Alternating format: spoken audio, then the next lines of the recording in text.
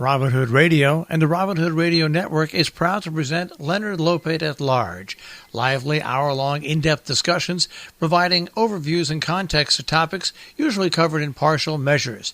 His guests include leading thinkers, scientists, artists, economists, farmers, historians, authors, and politicians. Mr. Lopate is a Peabody Award winner whose numerous honors include 3 Associated Press Awards and 3 James Beard Awards.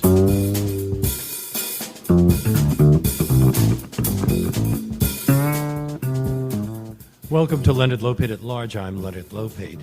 The award-winning pianist Kenny Werner could have rested on his laurels after several decades of performing and recording jazz with the likes of Charles Mingus, Dizzy Gillespie, Stan Getz, Charlie Hayden, Joe Lovano, Archie Shepp, Elvin Jones, and Mel Lewis, and still have been considered a legend. But to the relief of thousands of musicians, he didn't stop there. Instead, creating what he calls effortless mastery, a system of studying and playing music that aims to curb the ego with the goal of unlocking what he describes as the master musician within. His latest solo album, The Space, was released on Pirouette Records last month, and I'm delighted that it brings Kenny Werner to our show right now, which is being broadcast live today from the Brooklyn Commons Cafe at 388 Atlantic Avenue. Hi, Kenny. Hello. I neglected to mention that you're not only considered one of our finest jazz pianists, but you also are a noted composer, arranger, and a published author. Yes, I am. Now, I've got a secret. do you ever sleep? Oh, yeah, a lot. A lot. You've been at it for a long time. Didn't you record a single with a 15-piece orchestra and appear on TV playing stride piano when you were just 11 years old? Yeah, I did. It was a single, and one side was a September Song with the same arrangement that Roger Williams had used for Autumn Leaves. And the other side was a cha-cha called Happy Pierre. Uh-huh. So, and what were the circumstances that would have had an 11-year-old leading a group? Well, this guy that Bob Creesh, he was pretty much a show accordion player. He was always doing shows, did Fiddler on the Roof and all that. He heard me, and he thought I should be heard. And he had connections with TV, and he had connections with this little record label. And I'm sure my father was a contributor to make it happen, but they put together a 15-piece orchestra that Bob wrote the arrangements for. And then you played stride on television? I did, because I started playing stride because we didn't have much jazz in the house, but the one guy my father was in love with was Fats Waller. So I thought, I don't blame him. No, me neither. I thought that's the way you play the piano. I didn't think of it as stride piano. I thought that's the way you play the piano. But not surprisingly, you attended the Manhattan School of Music as a classical piano major. When did you realize that jazz was your true calling? Well, I didn't realize that jazz was my true calling. Improvisation was my true calling. And I realized Well, you can improvise in classical music as well. Well, you can, but I realized that classical music wasn't my true calling when I got to Manhattan School of Music and I found out that it seemed like I was the only guy that didn't really care about what was going on there. So I thought, this was a mistake. I got in, I was accepted. So I went, and then I found out everybody actually knows the difference between Mendelssohn and Mozart and actually cares. And I didn't, so I thought, wow, I guess I got to go somewhere else. And why didn't you care? Well, I grew up watching television. I grew up in Long Island, that's kind of what you did. And music came very easy to me. That's how I sort of fell into it. You then went to Berklee College of Music in 1970, yes, where a lot of great jazz musicians were located. But you studied with Madame Margaret Chaloff, not related to Serge Chaloff. Yes, related. Oh, it's his really? mother. Yeah. Hadn't Leonard Bernstein also studied with her? I don't know that. Yeah, so I know a lot of great piano players they would have their time with her. She was kind of like a spiritual guide to playing the piano. And the thing is, when I went to Berklee, too, I didn't know exactly where I caught the jazz bug really in college, which is unusual. Most people that grow up as jazz players, they grew up listening to it. I only listened to a little of it. But there, my best friends turned me on to Brazilian music and jazz. And then I realized how wonderfully interesting and complex the music was. But for me, it was all about also, it was the 70s. And the 70s is probably the more mystical and metaphysical period in jazz. After Train brought us to that state of mind. Then in the 70s, there was a lot of, and mixed with a lot of other things, a lot of mysticism, and so Herbie Hancock and Miles Davis and these people, I was drawn by their philosophy. It was the philosophy, a state of mind, and then the music conveyed that state of mind. And then you went to Brazil after, and you went with a saxophonist named Brazil? Victor Assis Brasil, with an S, Brasil. Well, that's the way they spell it in Brazil. Oh, okay, I didn't even know that. I knew that's how he spelled his name. And he had a twin brother, João João. Assis Brazil. Yes. And he also taught you? He was a classical pianist. He taught me how to be kind to myself. He taught me how to stop beating myself up when I was playing or when I was listening. And he gave me a little exercise that became the cornerstone of what I built everything up from there. So your studies with João and Madame Chaloff led you to the ideas about the psychological aspects of music that you have written about in your book, Endless Mastery, Liberating the Master Musician Within? I think they were two foundational people for me to be around. Him from more the mental side, because he had put a lot of pressure on himself and he learned how to let go of that pressure and yet be very effective. And her, sort of on the spirit side, she really focused on what spirit is touching the keyboard, and your arms should defy gravity. It was very, You published that book in 1996. Would you change much of it, or do you pretty much adhere to what you wrote? The only thing, we did a 20th anniversary, and Quincy Jones and wrote forwards to it, and I added some articles I did for Downbeat magazine, so for some extras. And I had, because of that, I had to read the book again, which I hadn't read since we signed off on it. And the only word I changed is when I was talking about how people procrastinate before practicing, I would say they would read the paper or watch television. I just replaced that with Facebook and Instagram. But otherwise, not only wasn't there not a word I would change, I read the book and I went to my wife and I said, this is crazy, because people tell me this all the time, but after reading that book, I feel like playing. I mean, it actually worked on me, so no, I wouldn't have changed a word. You're critical of the gunslinger attitude that you see in a lot of musical situations where musicians attempt to prove their superiority. Are they often set up to fail in situations like jam sessions and auditions? Well, no, I'm not critical of people who are that way. I'm trying to help people succeed, and most people will find that when they try harder, that they do worse. That's one of the first things I say. Think about a time when it didn't matter how you play, when it was very important to play well. How'd you play? And most people do a thumbs down. So it wasn't I was critical of it. I was saying, that expectation is killing your performance. In fact, there are gunslingers for whom that works, and the jam session is perfectly suited to them. They go in, they kind of try to blow everybody away. If it works for you, great. I was trying to help the people who it wasn't working for.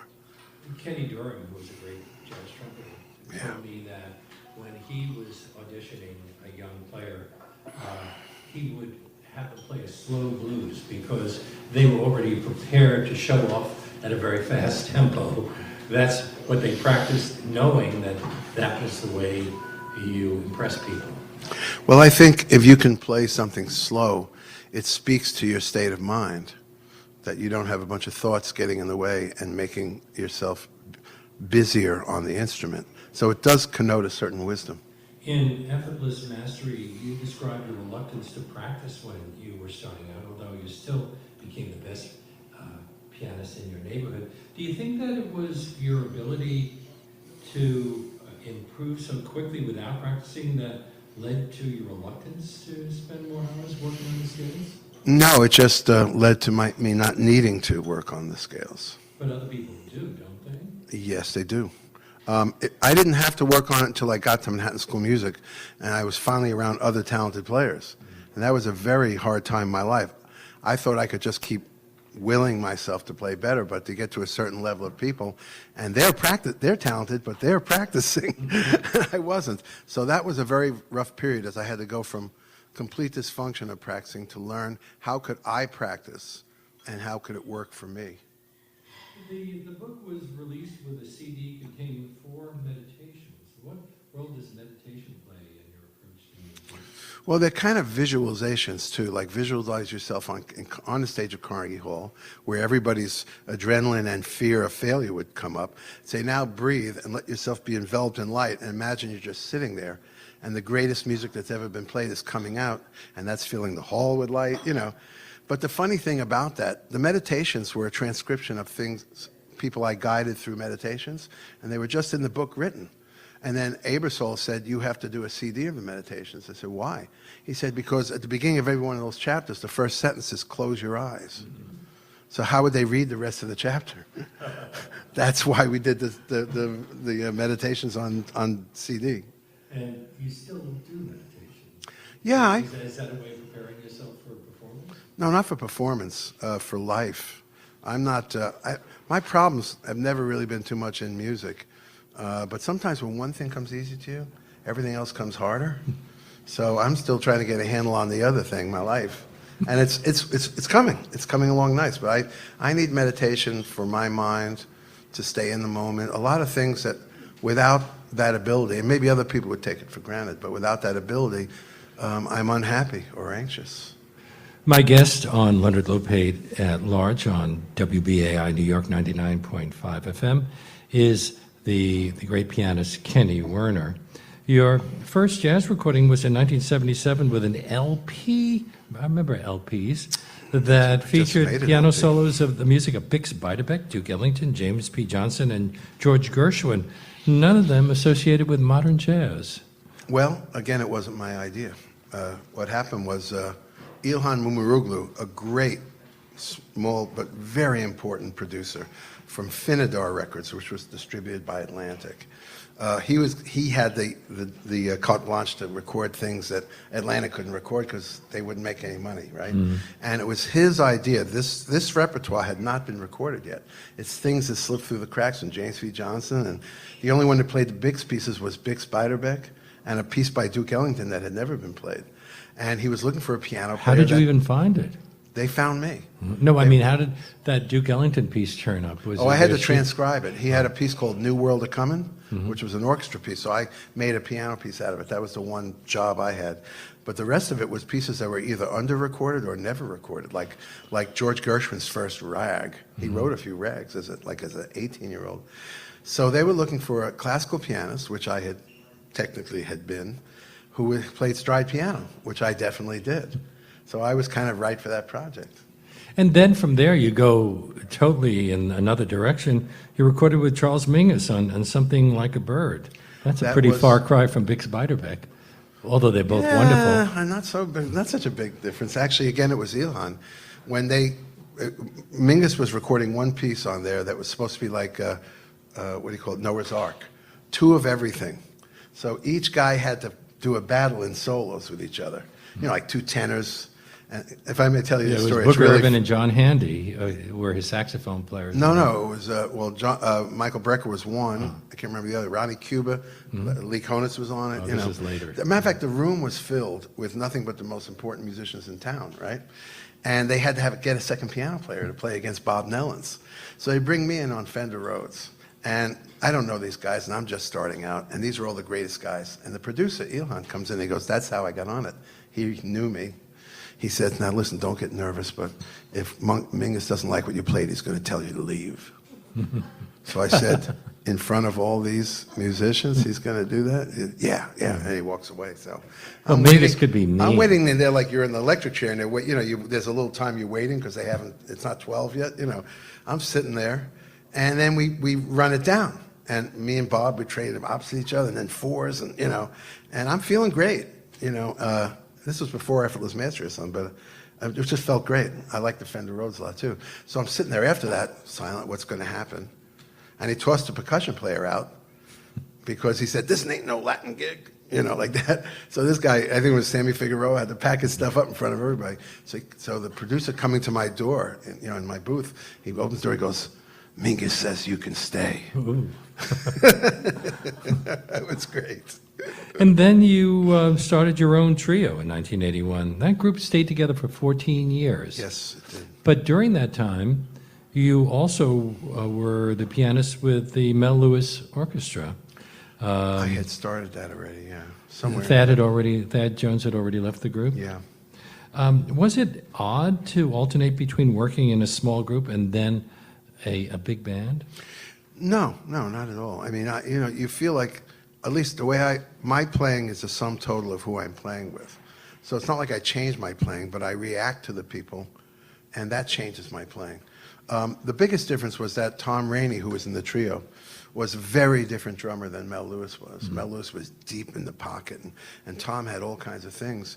I think that was the only difference, but no, I enjoyed the variety of it. Well, you have played with a wide array of drummers, not just Mel Lewis, Jack DeJohnette, Billy Hart, Ed Blackwell, Paul Mochen, Peter Erskine, Steve Gadd, Joey Barron, Idris Muhammad. And do they all affect the way you play? Does the bass player affect the way you play as well? Bass player can affect it too. But on a general rule, the first will be the drummer. Because it took me a long time to realize this music is mostly about rhythm. You can play all the wrong notes, and if you've got a good rhythm, it sounds great. And you can play all the right notes, and without a good rhythm, it sounds anemic, So, Thelonious Monk taught us that. Yes, he did. That's exactly what I would have said. Thelonious Monk taught us that. The drummer is often very crucial in how I find myself playing different. I'm not trying to play with him. I'm listening. The trick is, for me to play with somebody, is you listen to somebody else, you don't particularly listen to yourself. Because that's how a stream goes. If you're listening to yourself, you sort of get a little myopic, and then you actually separate yourself from the other players. So is it a conversation in a way? I'm sure it is a conversation, but I'm not aware of my part in the conversation. I'm just marveling. I'm a better listener when I'm playing than when I'm in the audience, because all I'm doing is filling my ears with that drummer, or it could be the sax player or whatever, but generally, So your hands are just moving automatically? That's exactly right. My hands are moving automatically. What about when you play solo? Obviously, you don't have those the other musicians pushing you. You're right. It's hard to play solo because there's nobody to listen to. But you like to, obviously. Well, I try to focus on a spot albums. I try to focus on a spot on the wall, or I think about dinner, or I made this last record. I did something I never did before. Your last record is called The Space? The Space. See, the space is wherever the conscious mind is not there ruining the thing, So, and we can all get into the space, and we all do. But most of the great acts in art, life, war, whatever, have been made in the space. Someone found that something overtook them that was beyond what they thought their capacity was. They were in the space. The conscious mind would say, don't do that. So what I tried on this record is something I never did before. I had earphones on, and I was listening to a talk, just kind of a talk on wellness, whatever. I hate that word, but whatever, right? And I'm playing. And so that was like a rhythm section for you, in a way? Yeah, it was. Well, different. I was playing, but I didn't even hear what I was playing because I had headphones on. And I just trusted where my hands felt. And then when I took the headphones off, there was 35 minutes there that was closer to God than anything I'd played before with my own management, But there's also a lot of open space in your music. Yes, but that's the state of mind. If you're in a state of mind, you're as comfortable with the open space as you are with the notes you play. But the funny thing is, I do have a historical precedence for this. One time, Art Tatum was doing a solo record, and Oscar Peterson went into the booth to hang out with the engineer, and he walked in and he sees that Oscar's wearing headphones. And he says this is not why I did it, I heard this story afterwards. He said, it's a solo record, why is Art wearing headphones? He says, he's listening to the World Series. Oh, gee. I totally understand that. I really do. If I were in a room with Art Tatum, I'd be listening to Art Tatum. He was one of the most amazing musicians. But he might be listening to the World Series. He'd already heard Art a lot by that time. No, it has to do with different neural passageways, which I'm not a scientist. But if you take that one element out where you're trying to define your value, that's why does anybody try to play good? You could make all kinds of altruistic statements. But the bottom line is they don't want to sound bad because then they're going to feel bad. So in the bottom line, it's a narcissistic thing. If you're listening to something else, you don't have to worry about it. We have an upright piano here. It's not a grand. It's not a baby grand. Okay. But I thought I was supposed to suggest that I play. Okay, well, either way. Gee, you know what? Maybe I'll give you an idea what I'm talking about. Okay. Actually, can I sing a song? Can you sing? Of course. Well, I can answer that question. Well, there were. Didn't Bud Powell sing with when he played? That wasn't the validation I needed. I actually made that decision myself. Can you hear me? Kenny Werner at the piano. Let's hope that our miking all works here. By the way, I'm not amplified like the piano. We're doing this on the fly. State of the art. First, I want to say what an honor it is. You're talking to Leonard Lopate, and this has been for years and years. Wait. We're going to bring over your voice back. You can repeat what you just said. I like that. I said I listened to Leonard Lopate for so many years, and his interviews are so elegant. Now that I met him, I didn't know he was so crazy because he seems so elegant. It's great to be here. Okay, this is a sad Christmas song. But first, let me say it's Kenny Werner at the piano. Thank you. It's not a hip, sad Christmas song like a blues. It's really a sad Christmas song. If I remember all the words.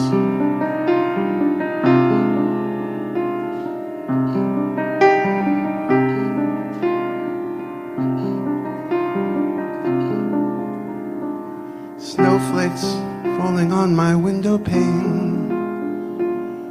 Christmas trees and lots of candy cane. Decorations hidden in the hall. Merriment for children big and small. Then why is this my sad season? I think I know the reason. Christmas Day is almost here again.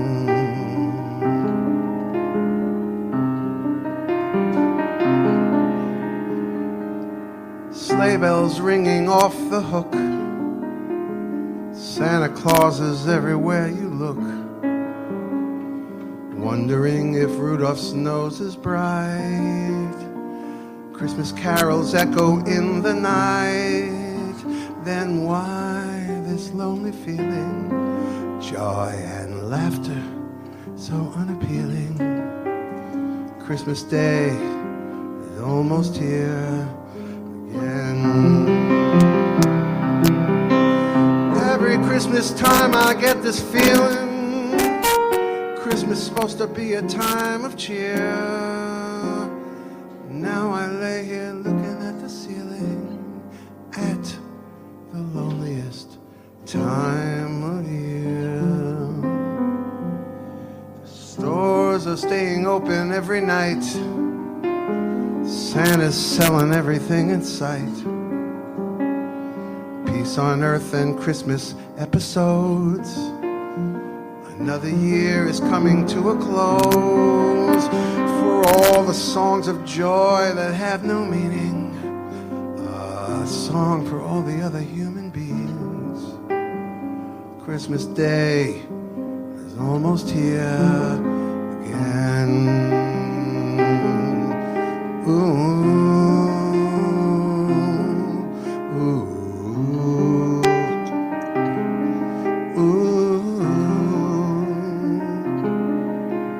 Christmas Day is almost here.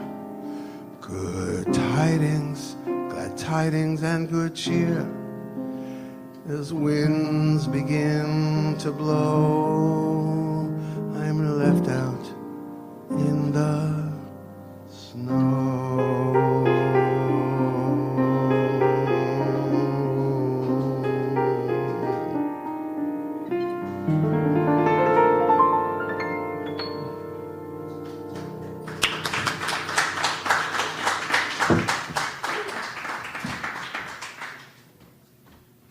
Kenny Werner, did you write that song? I did.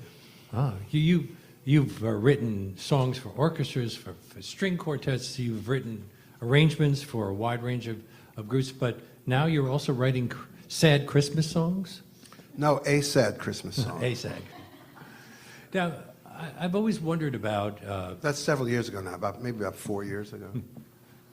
I've wondered about why the pianists don't seem to have any problem singing along with their playing, whereas it's harder for, well, drummers find it almost impossible to sing while they're playing. I find trumpet players find it impossible. Well, too. that's a different.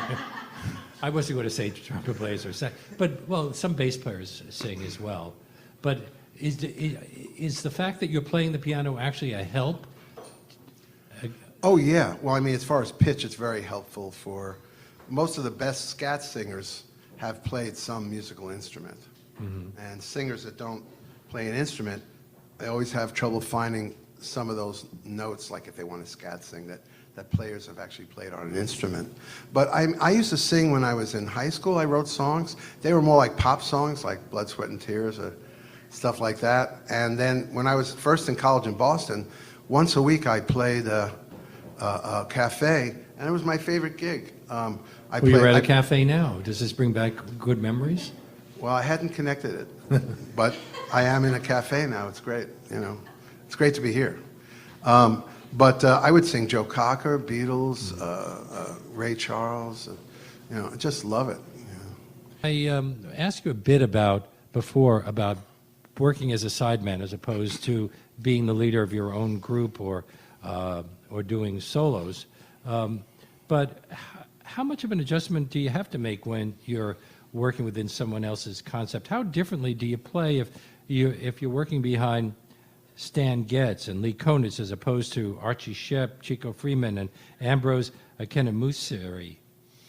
Well, I mean, some of those fall in one category or another. Not exactly in that order you said. Well, but with Archie Shepp, you're playing with a guy who's quite avant-garde, and with Stan Getz, somebody who's very mainstream. Right. Well, I mean, in general, I would say I was never a great sideman. There's only a few people that really stayed with me on sideman because they appreciated what I did. A lot of times a sideman needs to provide the concept for the piano that the leader is thinking of, And I always had a thing about playing something different almost every day for my own, to keep me in the game, I would approach things differently. And I think some guys that was good for and some guys it wasn't. But Ambrose played in the band with me, but I didn't think of it as my band or his, so it wasn't really a sideman thing on either case. Just we put some music out, and then I say to them, what would you do with this music? So they could, let's put it this way, when they're sidemen in my band, I like them to feel like leaders, and what would they do with the music with as much leeway as if it was their own music. The reason I ask is many years ago I interviewed Pete LaRocca Sims, a wonderful drummer, and he quit jazz for a while and actually went to law school and became a practicing lawyer before he returned to the music. But he said one of the reasons he quit is, as a sideman, he was always being told what the leader wanted, and he really just couldn't play the way he wanted to play. That's why he eventually started leading his own groups.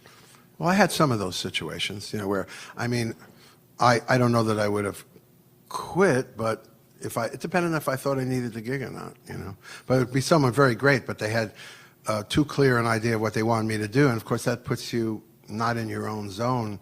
If you start thinking, what does he want or what does she want, then obviously you're not in your own zone, Well, throughout your Effortless Mastery lectures, because you lecture on this as well, you return to how damaging the ego is to musicians.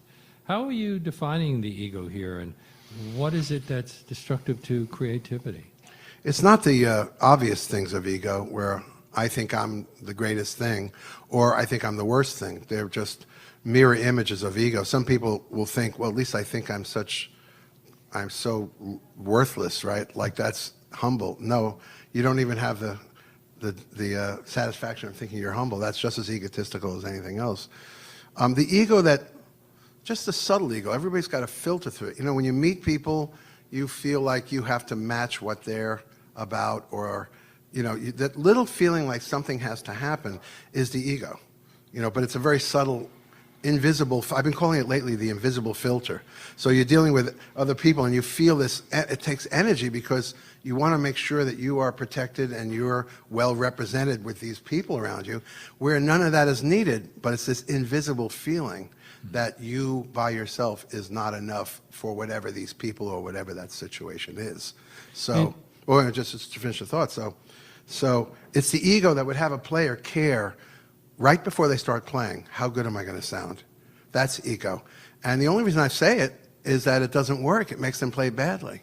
The reason my book got so popular is because people realized they had this invisible or this judge that was blocking the information. And then I got letters from writers and artists and dancers, and because it's not a thing about music, it's a thing about doing something and not identifying your basic worth with it, because that just puts more pressure on it, and most of us buckle under that pressure, that self-imposed pressure. In some of your effortless mastery lectures, you ask musicians in the audience if they remember the best that they ever sounded and how many people were there at the time. And then you ask them about the time that they played when it mattered the most and how they sounded then.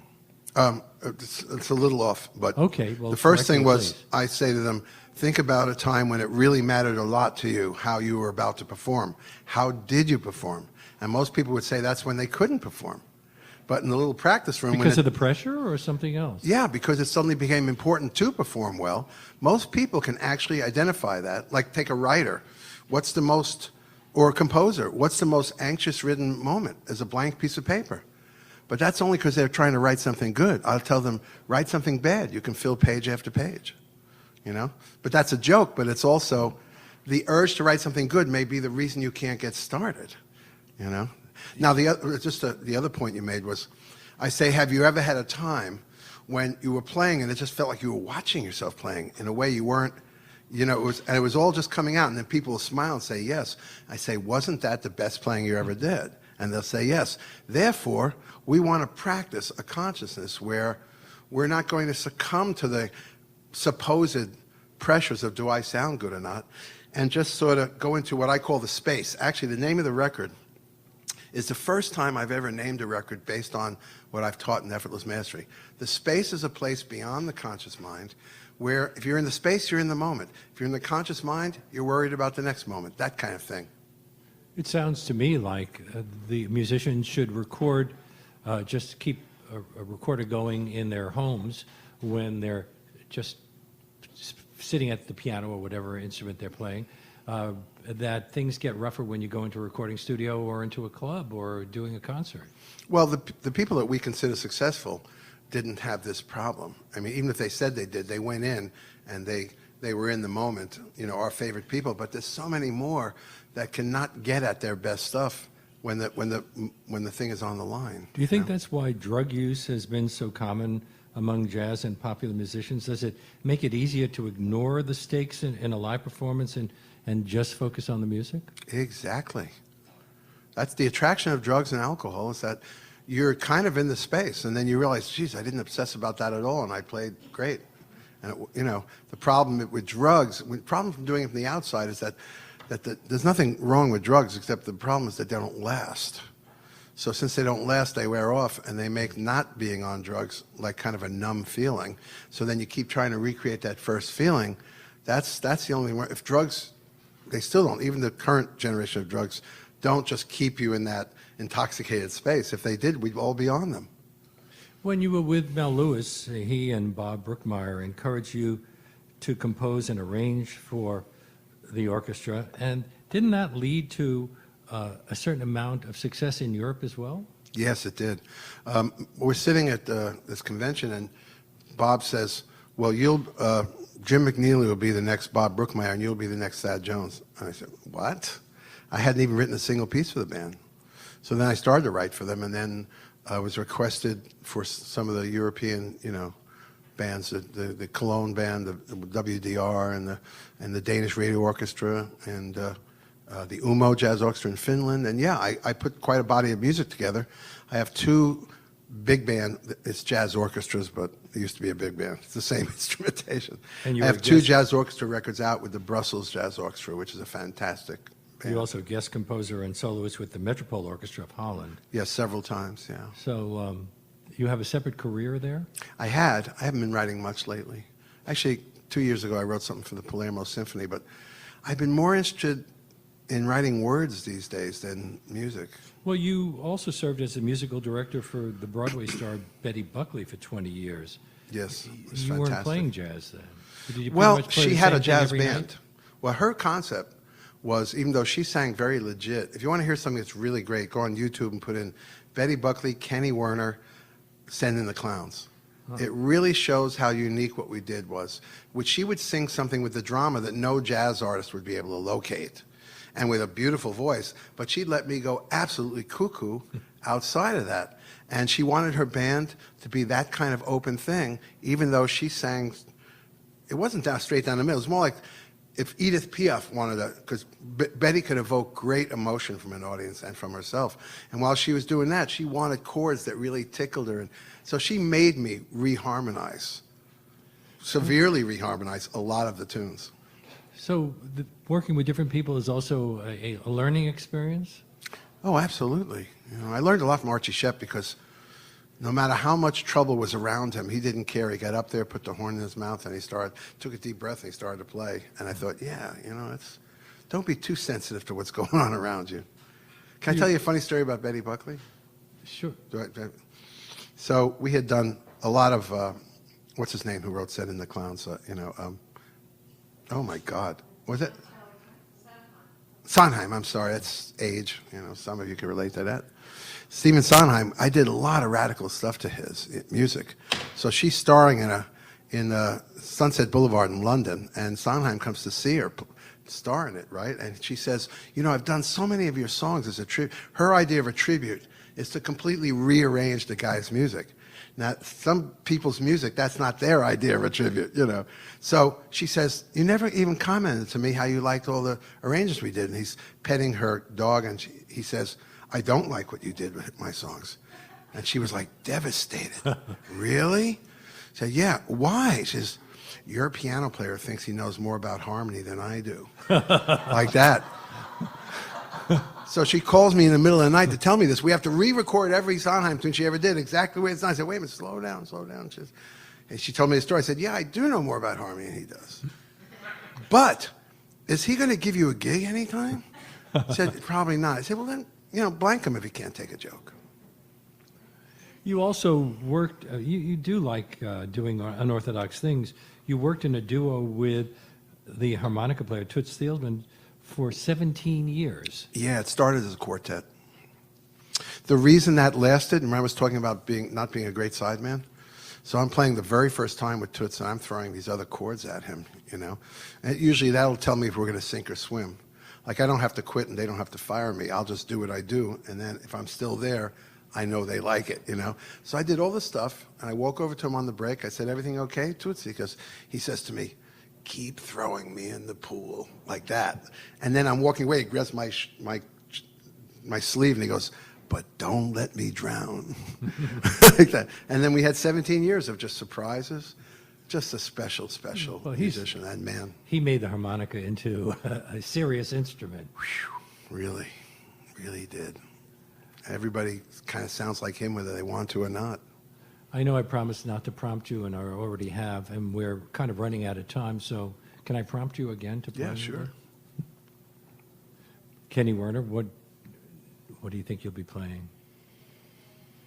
Don't feel any pressure, by the way. Oh, gosh. I was just reaching for my pills. Meditate for a moment. Yeah, right. Okay, silence. I'm going to play. Do you know the John Cage piece, 4 minutes and 33 seconds of silence? Yes. I will now perform that. Let's see. Okay. I'll play something that's on the record, actually. Okay, great. One of my favorite songs in the world, one of my favorite people in the world. I worshiped this guy before I ever even heard any jazz, Michel Legrand. I mean, I ate up in the 60s. You played with him too, didn't you? Well, we did. We played two pianos together. And I was on one of his records, which was a great honor. But, boy, he could write a song. And I'm even though I've done a lot of avant-garde stuff, I'm actually a real romantic at heart. So, anyway, this is called You Must Believe in Spring. Okay. I love that song.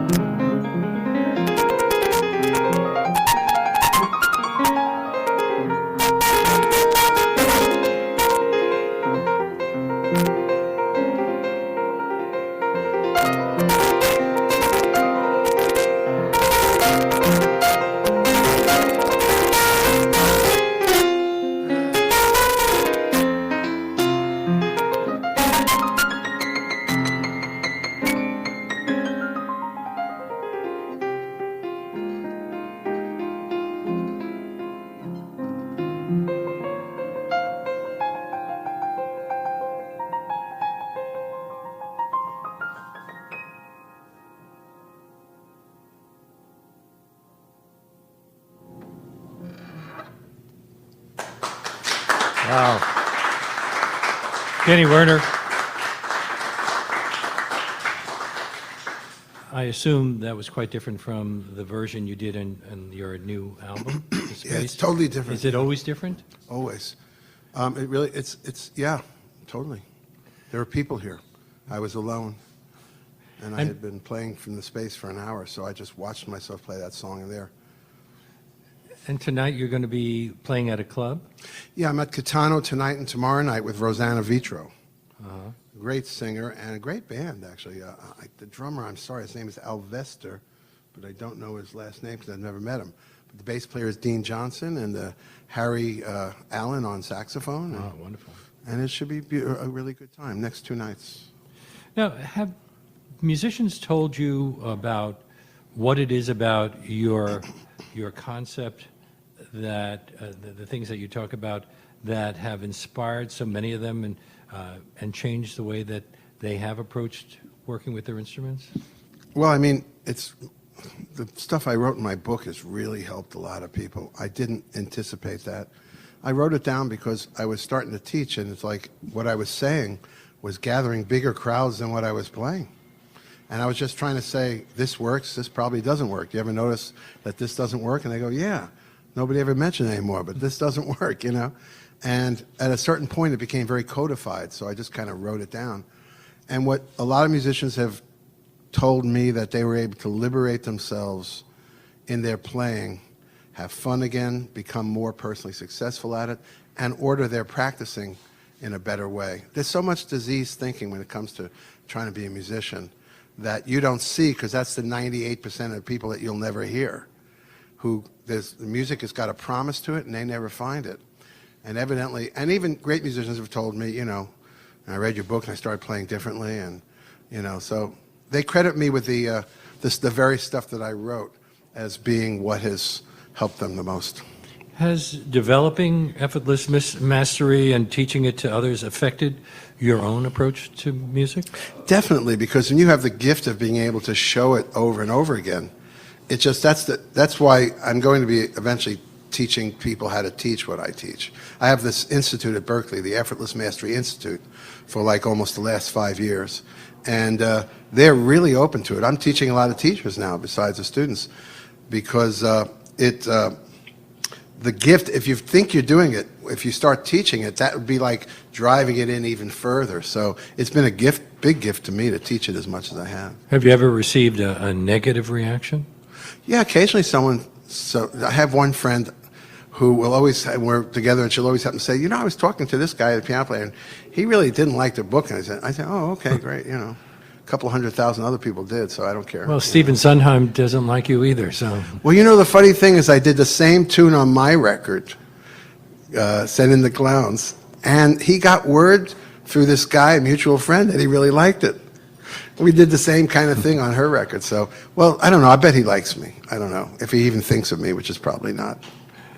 We don't have much time, but I was wondering, because you're playing at a club tonight, when you're doing, let's say, a 2-week stint at a club, pretty much playing the same stuff every night, does it improve over time, or do you start falling into certain patterns on the 6th night or the 7th night? Well, first I have to say, if I'm playing in a club for 2 weeks, it's probably 1948. Oh, yeah.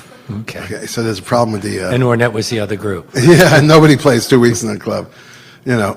But, you know, if I'm playing night after night, you're usually playing a different place, but you are playing the same music. Yeah, it develops. Well, the thing that develops is just simply the muscle coordination from playing every night, you know. Suddenly you find you have to watch it, because my hands start doing things that will become excessive. But they're only becoming excessive because it's becoming easier and easier to play every night. Other than that, it's really nice to just, it's just nice to not have anything to do the whole day except go back to the gig.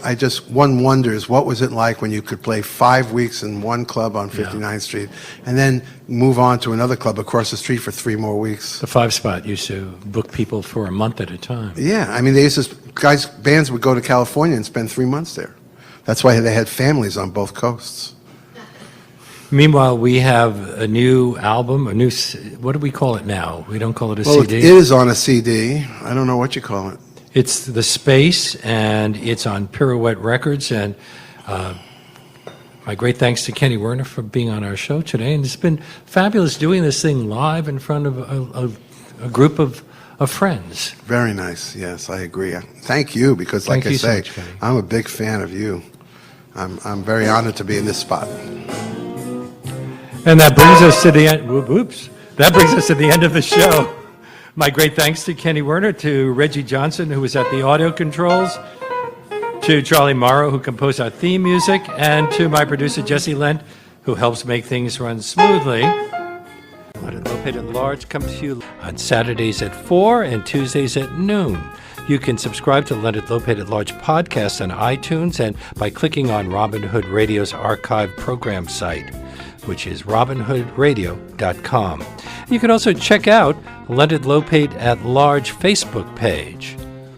We hope to see you next week.